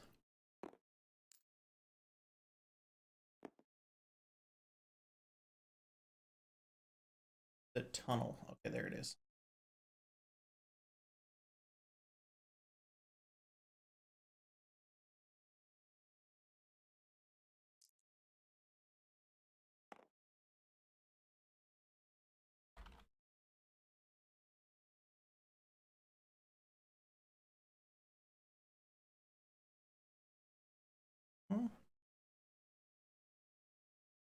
Well, it'll work. Okay, it's ugly, but it'll work for what we're trying to do. Export. No grid.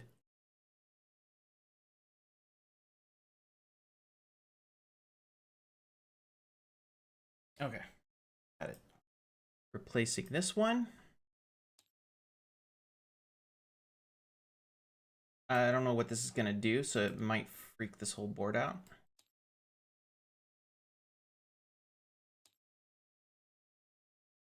Okay, well, that's kind of okay. Wow. Rob, pick everything up real quick. I'll try.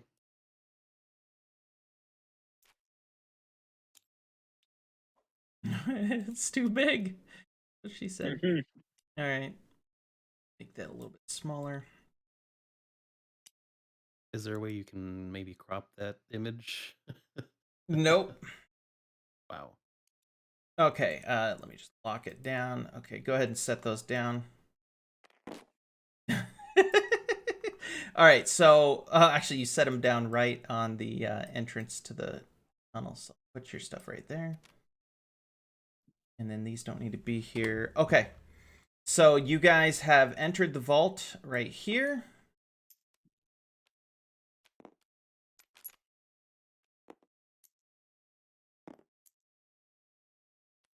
And you do have a turn to heal yourself up a little bit. So let's have, let's see here. So who's taking damage? Looks like Fenric and Theo have. I take one of the greater healing potions and then just shatter it on the wall and say, slurp it up. No. So Cam, let's have you roll one of the greater healing potions. Actually, you just roll a d6 by itself, and it's whatever result on the dice plus 2. Oof. 4. That'll do it. You're back at 12. Perfect. Nice. Okay. Don't forget to change your card. Now, Fenric, go ahead and roll. Well, you're healed regardless because 1 would even heal you. So you can just, I would just use a lesser healing potion so you don't waste your good ones. I can eat a ration as well, right? Yeah, you can just eat a ration. That works. You're healed. So go ahead and heal yourself up. Some people didn't take damage. Yeah, I wonder why. All right, so you guys make your way down a very dark hallway, and you see a familiar glowing blue light on the door ahead of you. It's a similar riddle. hue to the door that was on your ship that you first discovered from a few weeks ago. That means we should whisper softly into it. Yes, because that worked Caress well. it. You can't forget the caressing part. So on the door are 3 symbols, and beneath each of those symbols is a sort of dial that you would turn. The dial's shaped like a gear, and on the gear are a variety of different symbols. And what you're trying to do is you're trying to turn all 3 of these gears to unlock this door. Now, the symbols on the gears are not identical to the symbols on the wall, but there is some similarity between them. So you're going to have to use your calculation to try and figure this out, at least this first room. And each of you, anyway, so who would like to turn the first gear? Does our tinker have a bonus? Not to Have we this, seen this no. before? Okay. I'll go first. Okay, so Fenric takes a step forward. You're going to roll on calculation, Fenric. So What dial is Fenric going to be turning? it doesn't matter, just one of them. Well, I mean, if he's doing this, the one with the symbol that's right next to me, I want to be away from that area. They're all on the door. The symbols are on dials on the door right here. You said that there were the same or similar symbols on the walls, though. Yeah, what I mean is, sorry, I meant to say door. So there's symbols on the dials themselves, and then symbols on the door above the dial. Okay. Okay. Gotcha. So you're away from the door. If something explodes or something, you'll be fine. Okay. Looking out for numero uno, huh? Yeah. All right, so you're trying to hit a 9. Oh. Oh. Ooh, that's a critical fail. He that's whispers into the door. 7. That's a 7 total. So probably. Oh no, it's a 7. That isn't a crit. That's just a fail. Yeah. So one of the symbols looks kind of like a snake. So you line the snake up with what looks like some kind of crane, some kind of bird, and apparently the 2 symbols do not get along well because the door, the glow of the door just darkens a little bit and nothing really happens. All right, who would like to be next? Hey, something happened. Looking at Dale whispers over to the other guy. It's like, you go ahead. I'll stay back here. All right, Theo, go ahead and try to hit a 9 with your calculation, which is nothing, 0. Oof. Oh, that is also a fail. He sees what looks like an elephant and he lines it up with what looks kind of like a poop emoji. And unfortunately, that doesn't do anything either. The door grows even darker. Okay, so I'm like, you guys go ahead, try again. Nope, it's your turn. Oh. Okay. I'm gonna be like off to the side just in case something shoots out in the middle there. Yeah, I'm gonna. So you go to turn the dial. What is your calculation? a step back one here. Your calculation's +1. All right, Yep. so give it a go. You've got to hit an 8 in your case. Okay. And you fail. I'm standing to the side, so the arrows that shoot in the middle of the room don't hit me. There are no arrows. It's not Indiana Jones. So you turn the dial, and this time you line up a plant symbol with what looks like a fire symbol, and the plant and fire symbol also do not get along well. And the door just you didn't realize it up until now, but there was a very, very light humming in the room, and the humming just goes quiet, and now the room is completely silent, and it's pitch dark, by the way. How do we know what the symbols look like then? You don't, because now the door's deactivated. You do have a light source with you in the form of your ether cube. Those glow. Can I have one of the other 2 guys try and bash down the door? Yes, you Actually, can I'll try. just shoot it open. Shooting probably wouldn't do as much damage. Well, what do you want to do? So let's start with Theo. What would you like to try? So what really are my options? Can we try the the door again, or is it just Oh, not I thought we work? only had one. Now the chance. door's I wanna try dead. to- You guys have Oh. failed that. So you can Yeah. either try to bash it down using a fortitude check, or you can attack it with your gun and hope that you hit the lock. Yeah, guys, I don't think we're gonna be able to open the door with the dials anymore. Oh, who's holding the ether cube? You need to make sure you're close fortitude. enough. What's my fortitude? Who would like to hold the ether cube, I should say. Not it. All right, Dale's got the Oh. ether cube. Not it. I'll hold it then. All right, so Thea's holding it. Or Fenric, No. rather. Sorry. Yeah, I honestly think I want to try and shoot it open. Okay, so you do a little searching around the door to try and find what looks like some sort of bolt lock or just any part of the door that looks like it goes into the wall next to it. You locate what you think is probably the bolt, and you take aim. It's not, you can't really miss because you're shooting at point blank and you're not moving, and it's not moving. But this is to determine if you're angling your weapon correctly. This is a very Okay. difficult shot. You need to hit a 13. Okay. That is a fail. Unfortunately, your No. shot bounces off the door, almost leaves no mark at all, and then ricochets across the room a couple times before coming to a rest somewhere deep down the dark hall. Outside, you start to hear shouting through the door that leads to this vault. Someone's coming, but the door that you guys came through for the vault, you guys locked shut, incidentally. So whoever's coming, they're gonna have to break through the door. All right, Dale.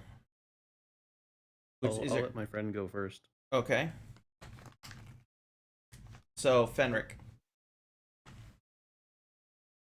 you want to try to shoot the lock, or do you want to try to break down the door with fortitude? I would shoot suggest it. breaking down because shooting isn't gonna do very well. No, I can't break it down either. I don't have any melee. What's your bonus or penalty? Well, breaking it down with fortitude would be like throwing yourself against it. You don't need a weapon for Oh. that.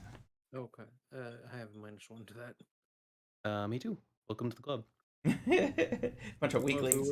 if we work together, we cancel that out, right? What do you do, I Red fake Rover, running where you toward just it, throw and them then I over? stop and let him take the full force. Oh, okay. Use your head. I don't. So Okay. your fortitude save needs to be 13 at least. Okay. Well, 14 because you have -1. Oh, that's a fail. Okay, we got one more person who can attempt something. And that is Dale. What would you like to try? If I were to attack it with a weapon or do fortitude, could I get any bonuses? Mm-mm. Okay. What's the less worse or less bad roll that I can do? Oh, wait, who was holding the ether cube? I was when I went into the door. Okay, so that was Fenric, right? Yeah. So Fenric, even though you failed to break through the door, you did notice at the last second as you ran into the door, it seemed to glow for a moment in the area near your ether cube that you were holding in your other hand.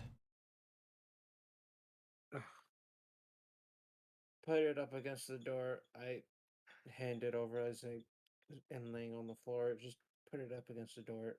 It'll probably work. Just do it. And Yep. I toss the cube. If we use the cube right now, then we're not going to have a live. You're not using the cube. The cubes never die. Oh, okay. Ether cubes can't be destroyed. No one's been able to penetrate one. And Ooh. they never run out of power. They can be overloaded if they're put into something that needs more power, but they can't Okay. actually die. So anyway, you place the ether cube against the door. Sure enough, the door begins humming to life. You start, for a moment, nothing happens. It's quiet, aside from a light humming, but then you start to hear click, click, click, and you start to hear various mechanisms moving. Suddenly, the door, you hear a large snap as the bolt pulls back and the door swings open, revealing, well, another dark room. Is there a light switch? That's a good question. You can look around. I think we should look for traps and then light sources. Like if we hear anything still clicking after the door is open, that kind of thing. All right. So who would like to? Well, there's no danger walking in. Me. I'll poke right inside the room. Okay, so you three walk in, and Dale begins to search for traps and things like that. I'm assuming you guys close the door behind you and lock it. Dale, go ahead and roll calculation. This is a pretty easy one because you guys. Anyway, roll your calculation against a 7. Oh yeah, +1. So that did succeed. So you guys do find what looks like a light switch. Though you've never seen a light switch in your life. This is pre-electricity technology that you come from. But you do have enough intuition to flip it up, and sure enough, you hear a humming, and then the room begins to glow, sort of a milky white. Above your heads, you guys see these bright lights that are elongated, and they seem to be built into the ceiling. And now the room is plenty bright. As you guys look around, you notice. Well, you guys have never seen it, but what they are is essentially consoles. But this is you guys live in a pre-industrial society, so you have no idea what consoles are. Mm-hmm. None of these consoles are alive. They're all dark. But there does seem to be a card on the ground in front of one of those consoles. It's like an ID card of sorts. I want to examine the card. All right, so you pick up the card, and it is white and completely blank on both sides. It has a small perforation at the top of the card, which is sort of a rectangular shape, like something might go in that hole. Do I see anything similarly shaped around? No, that's literally the only loose object in the room. Everything else is just consoles. Do I see any slots that are card shaped? Yes, you do, over on the wall at the next door. Hey guys, I found this card, and it looks like the only place we can put it is near the door. What do you guys think? Are there Put more it slots in. on the doors? Put it in. Okay, so on the suggestion of Fenric, I go around without even thinking and doing anything else, and immediately put it in the swipe. I didn't say to do that. I just asked if there were more slots on the doors. There's only one slot. However, Dale didn't stop to look really, and he just slots the card. And you hear a strange voice speak in a language you've never heard before. And it seems like it's asking a question, or not asking a question, it's prompting you to do something. And nothing happens because you don't know what to do. You don't know what he's saying. It's a male voice. And after about 5 seconds, the card pops out as if someone pushed it from the other side, and the door goes silent again. Oh, hey guys, I think the voice was just telling us to push open the door. So I put in the card again, and then I pushed the door. Nothing happens. Can I have Fenric? That's your character, right? Yeah. Can I have you roll just this is a pretty easy roll. Roll against a 7 for calculation. Actually, we'll be wit. We're gonna do Can we wit. put the cube? I'll like float it on top of the letter. See if anything happens. Well, hold on. Let's see what Fenric rolls here. Oh, He needs to roll 4 basically because he's got +3 wit. Oh, jeez. That is a massive success. Yeah, so Fenric noticed, hey, dummies, there's a big square right here on the other side of the door, which clearly is the size of that ether cube we were carrying. I think we need to put the ether cube in the door and then the card.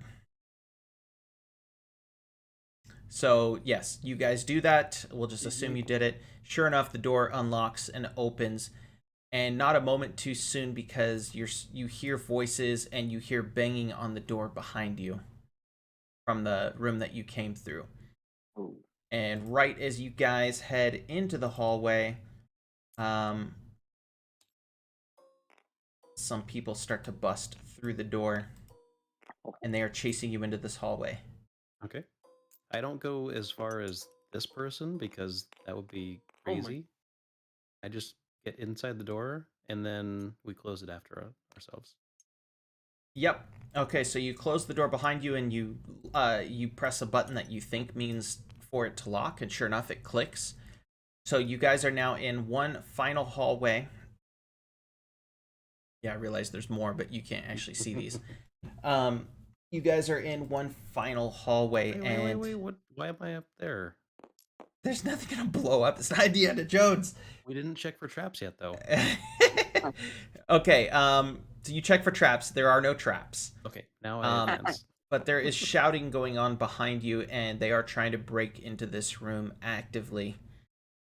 Okay, so this door is similar to the first door. It has 3 dials on it with symbols that you want to try and match to the symbols just above the dials, as far as theming goes. So, like, for example, matching a snake to a bird, those do not match because birds eat snakes and snakes sometimes eat birds. But if you were to match the snake to, let's say, grass, snakes live in the grass, stuff like that. So this is another 3-dial system. You guys are going to have to work your way through, starting with Dale. Go ahead and roll your Alright. calculation All right. against a 9. Oh, Wow! That's the most epic fail I've ever Dale seen. dies. yeah, this one does He it. just faint. Oh man. So okay, so Dale goes to turn the I symbol, try to open the other door. and he matches up fire to water, the exact opposite of fire. And not only does it fail, but the door electrocutes him, throws him across the room into the door that they came through. And that door opens up as a result. No, that would be really bad. This is really bad. But yeah, you're like the out. worst, yeah. You're out for a turn. Your guy is unconscious. He just got heavily electrocuted. Take 2 damage. 3 damage. Sorry. 3 damage. Yep. Yeah, you're like the kid on Jurassic Park. Your hair's smoking now. Okay. So next up is going to be Theo. Theo, go ahead and roll against a calculation check of 7. Don't get a 3. Don't get a 3. Oh, good roll. That's a Oh. critical success. So you were able to turn the dial that Dale screwed up and match up the water symbol to a plant symbol. And not only that, you were able to turn another dial, and the door seems to have accepted a second input from you. And you matched up the sun symbol to another plant symbol, and that seemed to also work. All right, so Fenric, you're the last one. Roll against a calculation check of 7, which is 5 for you. Oh, barely. Oh. Close roll. All right, so Fenric almost turns it wrong, but then he remembers, oh, no, that's right. He matches up a stone symbol to a symbol of a building. So now you guys, the door has opened. You drag Dale's semi-unconscious body into this main room. And this is a different door. This door is much thicker, and it seems to have a lot more locking mechanisms before it actually opens and lets you guys in. So when it closes behind you, you hear at least 3 different locks engage. And so far you don't hear the yelling. These guys haven't made it to the hallway. They haven't figured it out. All right, now as you enter this room, it is a massive, massive chamber, at least 100 feet by 100 feet. It looks like it was carved right out of the rock, but it's perfectly square, and the edges are perfectly 90 degrees each one. And as you look around, you see more consoles. One of these consoles has a very familiar square shape on the top of it. Large room, no enemies. This is a boss room. Yeah, is that what? So your character says this is a boss room? I don't think they will understand that. So aside from the console with the square on it, you see what looks like a large glass tube running along the side of the room right here. And then actually a whole bunch of glass tubes running along this entire wall, and they're running top to bottom. Think of it like, you know, when you go to the bank teller, you can put that thing in there and it sucks it up and goes to the teller. It's kind of like These that. things are Like, completely foreign to us, though. I know, but I'm saying to you as the player so you can visualize it. But these I love these it when my mom tubes does that. these tubes seem to have openings in them And each of those openings doesn't have a door or anything in front of it. They're just tubes with large openings cut into each one of them. Over here, you see a whole bunch of equipment you can't even begin to make heads or tails of. It's just got a lot of coils and wires, but you don't know what wires are. To you, they're probably ropes. And then over here is nothing. It's just a blank wall. And back on these walls is nothing as well. And then there's a bunch of consoles in the center of the room, one of which has an ether cube shaped square in it. And do any of our characters have experience that might tell us maybe a clue to what the tubes with the openings would do? Are the tubes like people like sized? Would a person fit in there, or Yes, you could easily step into the tube. They're about 6 feet high by 4 feet wide. The openings in the tubes are anyway. oh,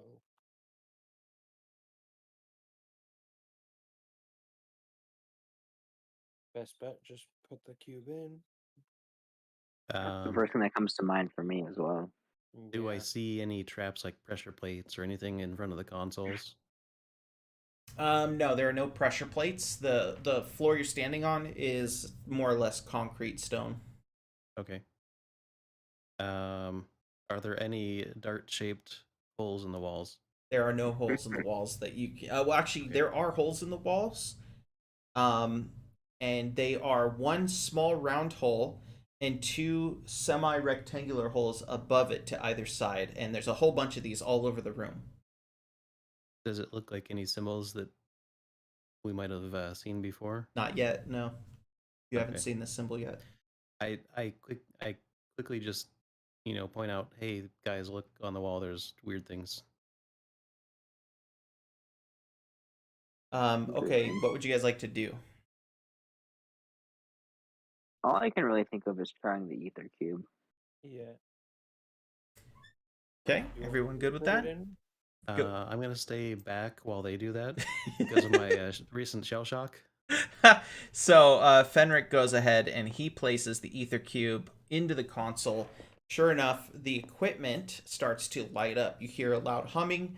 You notice the room is very slowly but surely noticeably getting warmer, especially because you guys are in what you think is a cave, and caves are much cooler than the outside. So you notice the room is getting a little bit warmer, a little bit stuffier as this equipment comes to life. Some of the equipment shorts out. You see sparks fly off, and then it just goes and just shuts down.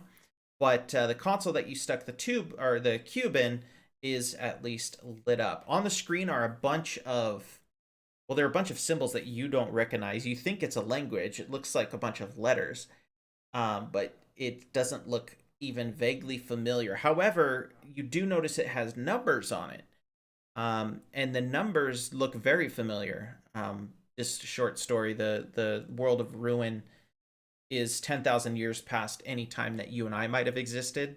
But numbers, I think they're called Arabic numbers because they're the numbers we've been using since like BC. Those haven't really changed over 10,000 years. So you recognize numbers, but you don't really recognize the letters. Your language has changed so far in the past 10,000 years, you couldn't begin to make heads or tails of it. All right, anyway. So on the screen is a bunch of gibberish, and next to it is a number and a symbol next to that number. You see the number says 480, and next to that number is the symbol of what looks to you like a clockwork man. The next line has more gibberish that you can't read, and it says 0, and next to that is just a square. Probably an ether cube, maybe something else, you don't know. So as far as you can tell, this might be an inventory system, it might be record system, but you've never interacted with anything resembling a computer. You guys are from a totally different era of technology. I want Fenric to go ahead and roll calculation against a 9, please. Okay. Oh, that is a success. Good job. Actually, that's a critical success because you get +2 calculation. So He Fenric, knows the language. No, Fenric is a natural with a keyboard. He's able to figure out the up and down, left and right arrow on the keyboard, moves the cursor on the screen, and that the enter button selects things. He doesn't know it says enter, it's because it's all gibberish to him, but it's the biggest key on the keyboard, so he assumes it's important. He's able to select the Clockwork Man looking symbol, and there are 3 things which you can change on that. There are 3 dials, not dials, sorry, 3 fields which you can change the number between 1 and 10. The first field it's a symbol for a Clockwork Man from the looks of it. And the second symbol is that ether cube symbol again. And the third symbol, you don't really know what it is, but it looks a lot like a lightning bolt, if you were to guess.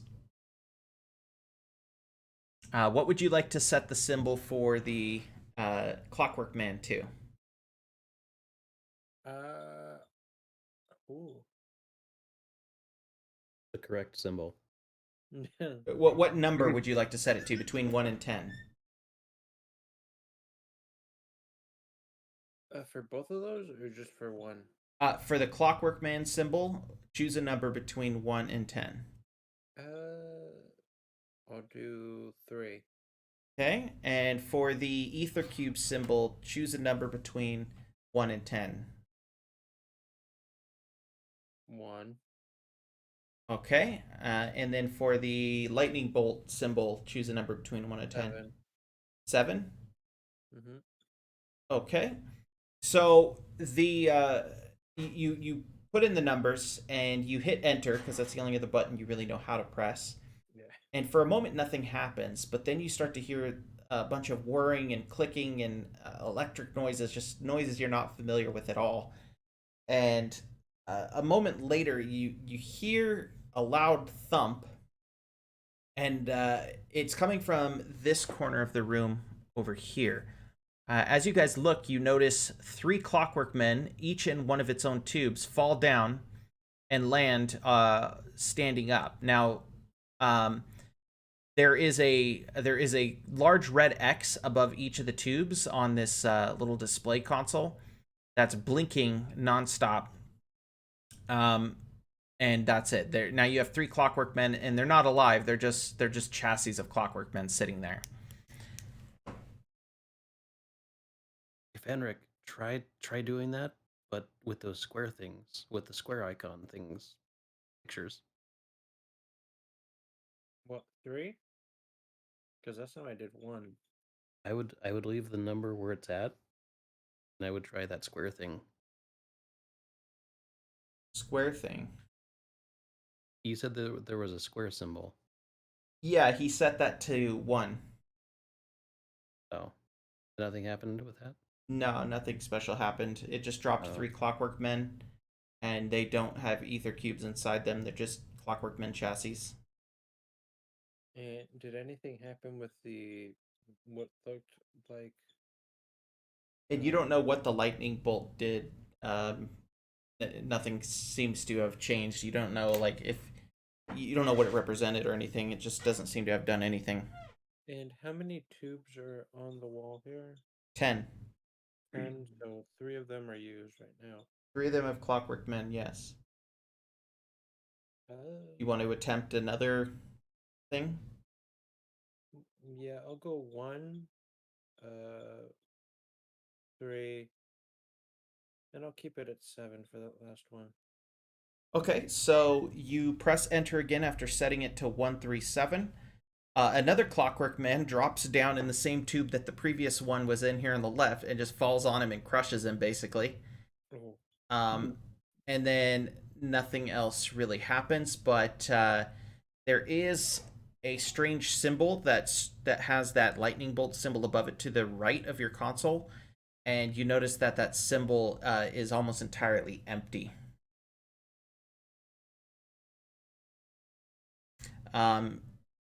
Essentially, the console is pretty much out of power. It's just to explain it, because it won't matter at this point. The lightning bolt represented the amount of power you wanted to commit to the print job of printing Clockwork Men, and you just you had a maximum of 10 power available to you, and you just wasted 14. So you just burned out the computer. You burned out the power supply of this facility, but you have recovered 4 clockwork men. None of them have ether cubes in it, so even though you told the system to insert ether cubes into it, the inventory had told you earlier that there were no ether cubes on hand, so it just skipped that process and just made 4 clockwork men that you now possess. Okay. Okay, so what? Now that you have your clockwork men, is there anything you would like to do? You are trapped in here, by the way. I mean, you're not trapped. You can leave, but you'll run into these guys, so you got to figure I out what you think we want. should power one of these guys on. Yeah, same. Mm-hmm. Okay, so power him, like put a ether cube in him. Mm-hmm. Yeah. All right, so you go up to one of the clockwork men. The and nicest looking one. The nicest looking one. Okay, and we're gonna make. You come up to one of the clockwork men, you insert the ether cube and close the little door over the ether cube and wait to see what happens. His eyes start to glow a light blue, and all the little gears in his chest begin to move. And after about 10 seconds of this strange lighting and this strange sound, you don't really know what, but looking into his eyes, you could tell that there's life there. They're no longer just 2 bright shining eyes. He's actually alive. And he looks directly at Dale, who's standing in front of him, it seems. And he says, "Hello, sir. I am online and ready to go." Listen here. You are my property. No matter who else comes up to you. I printed you. I put this cube into your butt. And No, it's not his butt. It's his chest. anyway, I convince him that I'm his master. No, you don't. So you say Well, all those things, and he just laughs at you, and his laugh kind of has this rattling, metallic sound to it. And he goes, "No one is my master. I'm a free person." He says, I like your sense of humor, however." And then he looks down at his hands, and he goes, "Wait a minute. I'm not a person. I'm a machine. Well, this is quite unusual. Anyway, what's the situation?" We are kind of in a pickle here. We were followed by these bad men, right? And I don't know how many of them, but there are probably more than 5 of them that were trying to follow us, and we may need your help to uh, deal with them. Okay. So he says, "Okay, well, that works for me. I don't know why, but I seem to know a lot about fighting, and I really like to test these skills out. And since one of you did in fact activate me, I suppose it would be rude to kill you all. So I'll tell you what, I will fight with you, whatever you face, and we'll figure the rest out later if we survive." Okay, sounds good. And do we have any strategic things that we can do? Like, can we hide behind consoles? Do we have any kind of cover that we can do? You probably could, but unfortunately, this Clockwork Man is sort of his own guy. He's just a free agent, and he goes, "Tally ho!" and he just busts right through the door and rolls into the dark hallway. Wait, no. Don't follow him. I'm And- gonna follow him to this point right here. Okay. And he rolls into the dark hallway and then busts through another door into this room full of guys. Now, as he And busts he down the really door, does dies. the door crush 1 or 2 of the guys that are trying to get into the door? No, it doesn't actually destroy the door. It just swings it open very quickly and it smashes into the opposing into wall. this guy. No, it doesn't. It doesn't come off its Aw. hinges. All right, Okay. so he is now in the room. He has no idea what he's going into, but he's ready to fight. And that's where we're gonna pause it until our next meeting Hmm. Oh, perfect. Good. because my it is a computer's little late. done. Yeah, I don't want you I up have too work in late. the morning. Okay, so we're gonna pause it there, guys. Tomorrow we are gonna find out, or tomorrow, sorry, Tuesday, we're gonna find Next out week. what you guys are up against, and you're going to attempt to defeat whatever you're up against and either get back to your ship and repair it, or hijack one of their ships. I don't know. There's all kinds of things you guys could try to do, Or die. or die. But Tuesday is technically your last playthrough of these characters, so don't expect to live. But if you do, you will be legends. Okay. Don't expect to live, but if you will live, die. Yeah, I mean, if you survive, I'll let you stay alive, but I don't expect you guys to survive what I'm going to give you tomorrow. Or Tuesday, I keep saying tomorrow. Alright, let me save this as Ruin 3d6, round 4. Alright, cool, it's all saved. You guys want to try to flip the table? Nope. There we go. All right, you guys. Good game, and then Tuesday we will conclude these character stories, and I'm going to take some of the information back from what we've learned over the past 4 weeks, and I'm going to start to edit the full RPG version of the game, where there's a lot more rules, like ship-to-ship combat. It's a lot more specific and stuff like